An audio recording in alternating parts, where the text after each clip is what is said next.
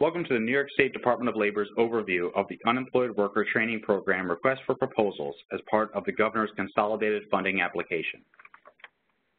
For this current round, NYSDOL is making up to $5 million available for two distinct workforce development programs. The existing Employee Training Program, also known as EET, has $2 million available, and the Unemployed Worker Training Program, referred to as UWT, has $3 million available. Eligible bidders may apply for funding under both UWT and EET. Regardless of the number of NYSDOL programs for which it applies, the maximum award an eligible bidder may receive is a total award of $100,000. For example, a bidder can request $50,000 for UWT and $50,000 for EET, or $100,000 for either UWT or EET, but a bidder cannot receive more than $100,000 for both programs. Bidders must draft each of their CFA funding requests as standalone occupational skills training. The proposal must not be based in whole or in part on the assumption they will receive complementary funding from other CFA programs or agencies. There is no minimum award amount per trainee under UWT. The UWT program provides unemployed or underemployed workers occupational skills training to qualify for full-time or part-time employment or to obtain higher level of employment. Additional points and scoring will be provided to those serving 50% or more of trainees from one or more priority populations. For the UWT program, the priority populations are defined as individuals who meet the Federal Workforce Innovation and Opportunity Act, also known as WIOA's definition of an individual with a barrier to employment.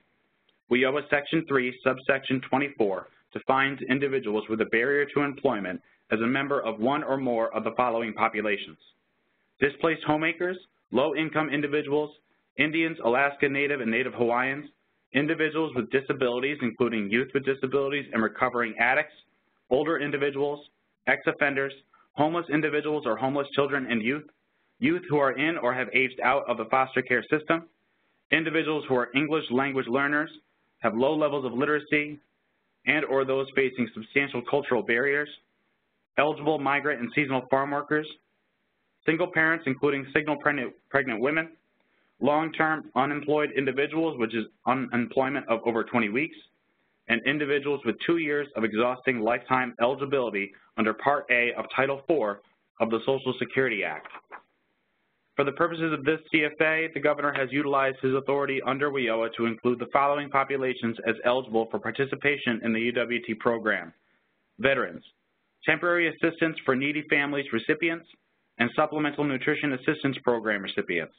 Again, those bidders applying for UWT funding through the CFA process who identify 50% or more of the proposed trainees from one or more of the identified priority populations will receive additional points in scoring.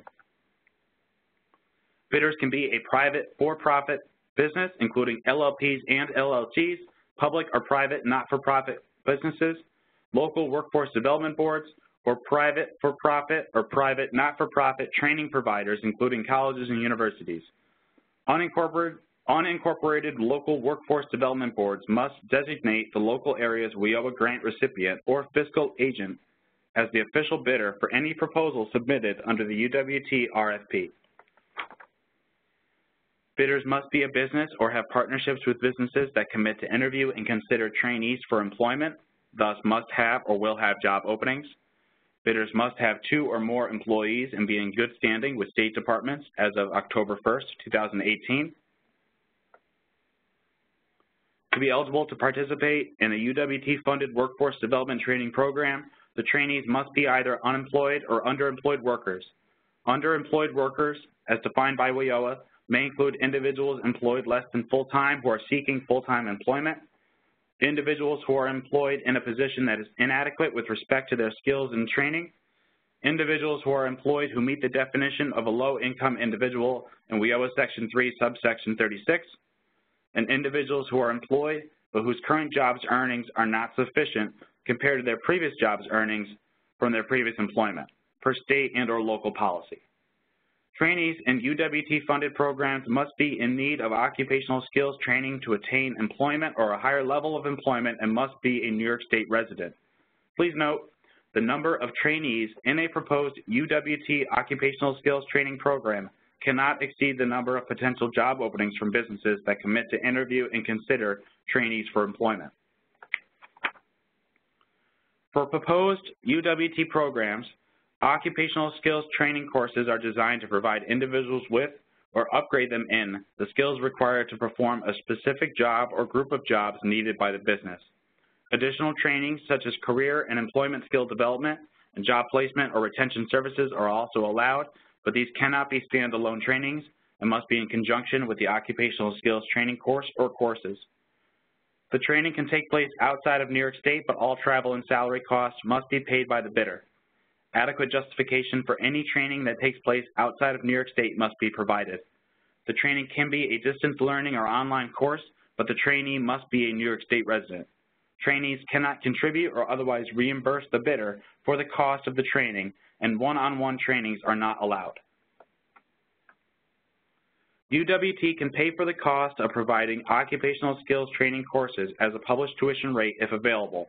If no published tuition rate exists, a non-published tuition rate for the occupational skills training course must be calculated and may include admissions, career and employability skills development, job placement, retention services, staff compensation, and operational expense for the occupational skills training course.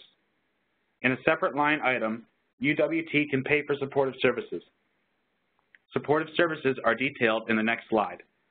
In addition, UWT can pay for books and training materials directly associated with the training, software required to deliver the training, such as distance learning fees and credentialing exam fees. Supportive services under the UWT program include miscellaneous trainee expenses and supportive services that are directly attributed to trainees funded by UWT and not funded by a third party on a referral basis. These may include child or dependent care, housing, and or trainee transportation.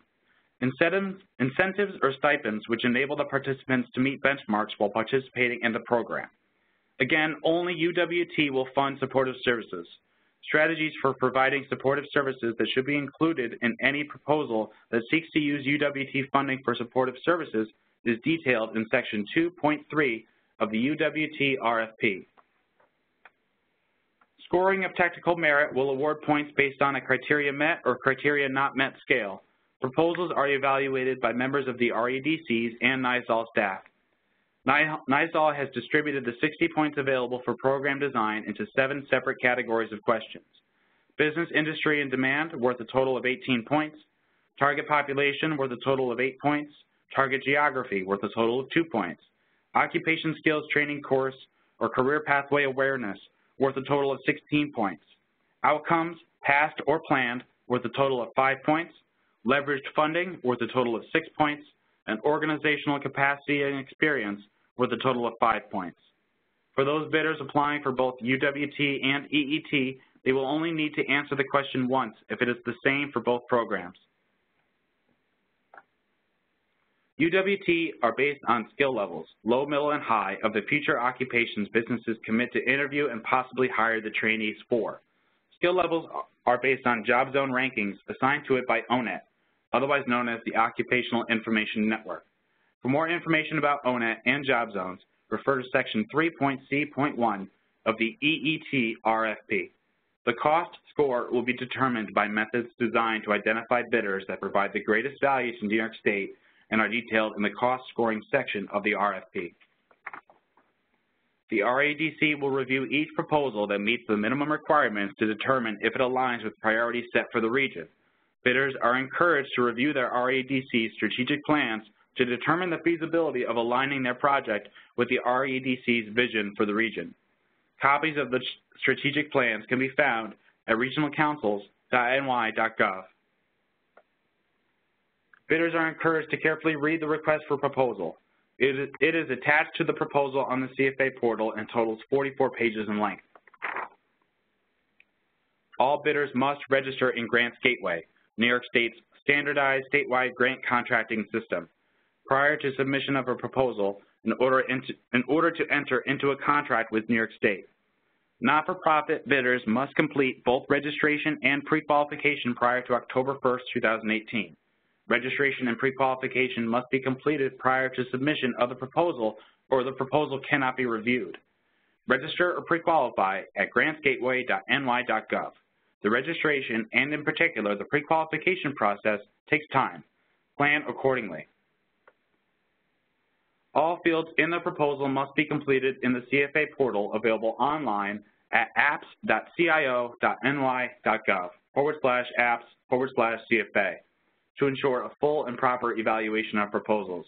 The CFA portal website provides resources to help bidders, including a step-by-step guide with screenshots, a questions and answers document, recorded webinars, and the availability of in-person CFA workshops.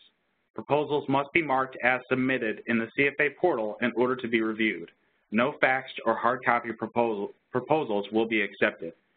If the bidder does not have the technological capability to access, complete, and submit the CFA, they may do so at their nearest career center.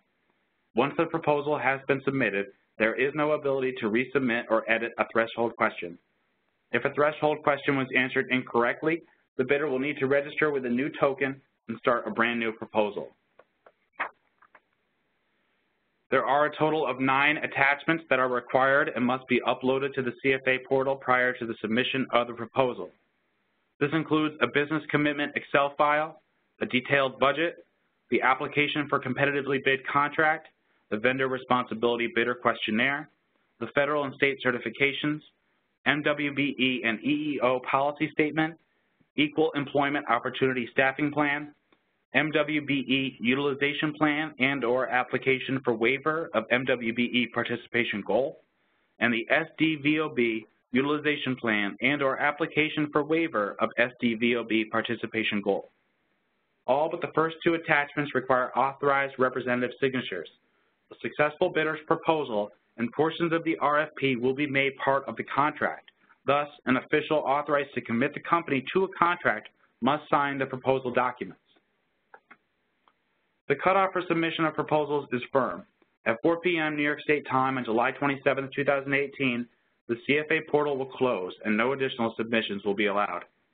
Submit proposals as early as possible. Past rounds experienced heavy volume in the last few days, resulting in system slowdowns and occasional transmission errors. Therefore, do not wait until the last few days of availability to enter the proposal into the CFA portal.